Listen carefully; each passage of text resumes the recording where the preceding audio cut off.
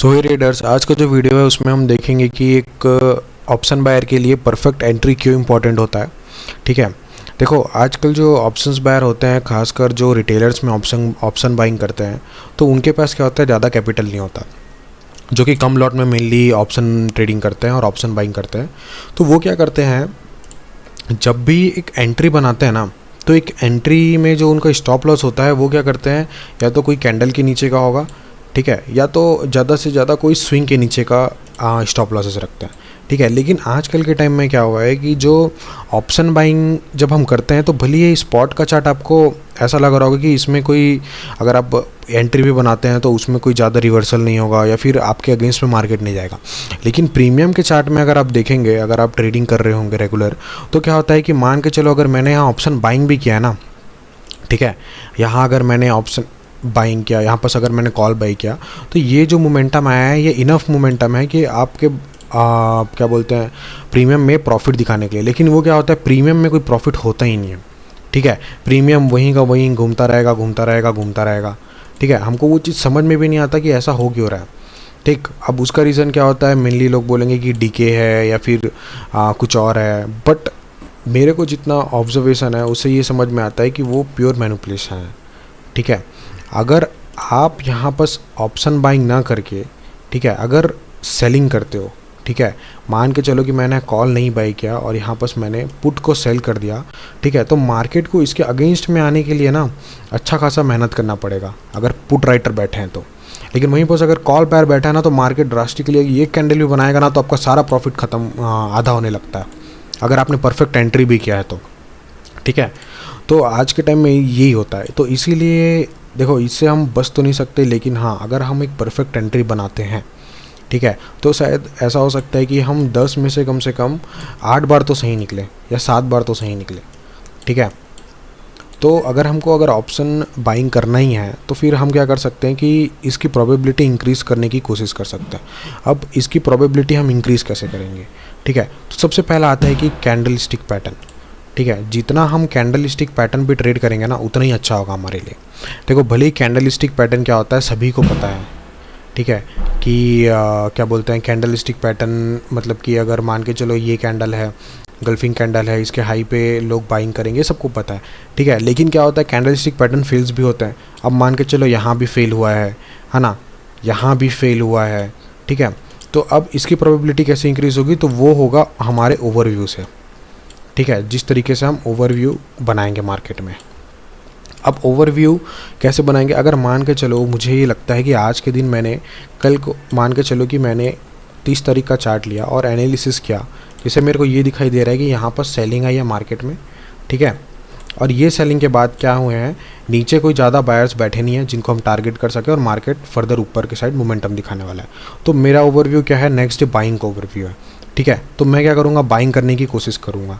ठीक, अब देखो, मुझे समझ में आ गया कि मार्केट उस दिन फर्स्ट में एक सेलिंग दे रहा है, ठीक है, यहाँ पर स्ट्रैप बनाने की कोशिश कर रहा है। अब उसके बाद मेरे को बाइंग करना है, तो मान के चलो मैंने अपना ट्रेड यहाँ बना लिया बाइंग का। ठीक है, अब बाइंग का यहाँ ट्रेड बना लिया, अगर मेरा ओवरव्यू स्ट्रांग है तो मेरे को ये समझ में आता है कि हाँ, मार्केट यहाँ से फर्दर नीचे आ सकता है, लेकिन ओवरऑल उसको बाइंग में ही जाना है।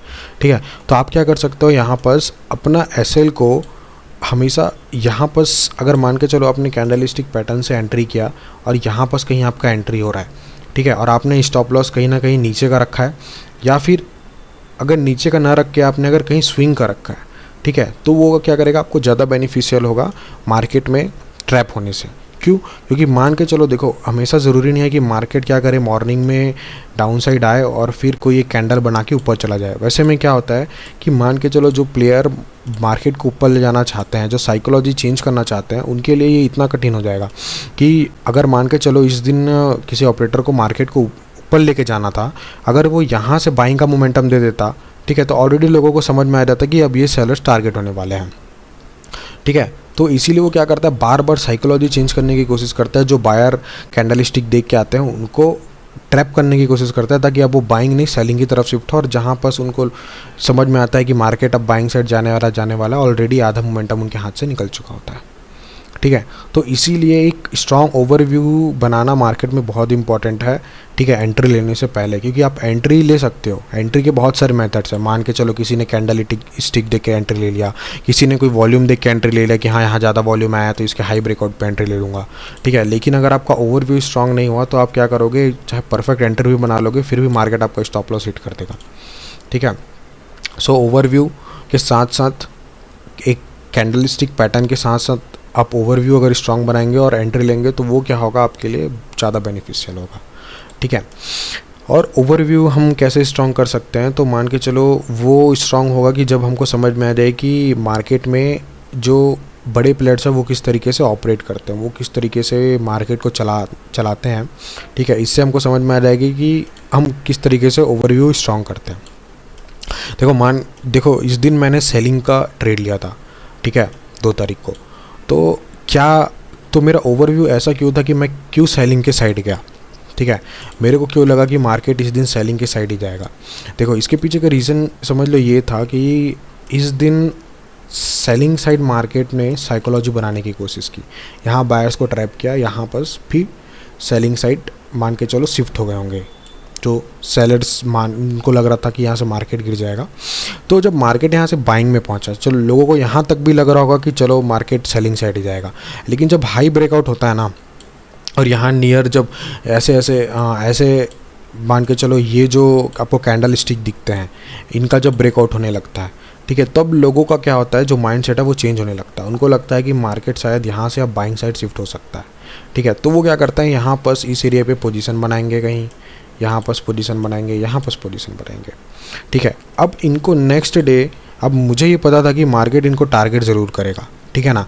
और कैसे टारगेट करेगा, तो इनको कोई चांस नहीं देगा, ये क्यों धीरे धीरे मार्केट आके ऐसे ट्रैप करके इनको नहीं निकालेगा। क्यों? क्योंकि मान के चलो इस दिन मार्केट ने ऑलरेडी ये निकाल रखा है, ठीक है। तो मार्केट चार्ट रिपीट नहीं करेगा बार बार कि धीरे धीरे आएगा, नीचे निकालेगा और फिर फर्दर अपसाइड मोमेंटम देगा। नहीं, इनको इस तरीके से निकालेगा कि इनको ऐसा लगेगा कि मार्केट ऊपर शायद जा सकता है, क्योंकि ऑल टाइम हाई से कभी भी मार्केट सिंगल स्विंग में कभी नहीं गिरता।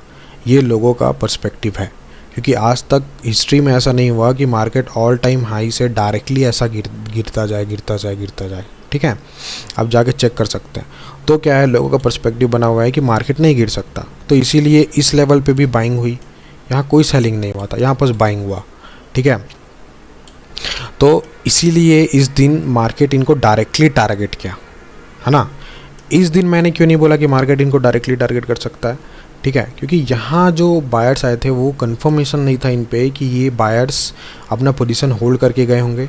और अगर कोई बायर आया होगा तो वो बायर कम से कम इसको पता होगा कि हाँ मार्केट यहाँ तक आ सकता है, यहाँ तक आ सकता है, तो मैं अपना स्टॉप लॉस दूर रखता हूँ, ठीक है।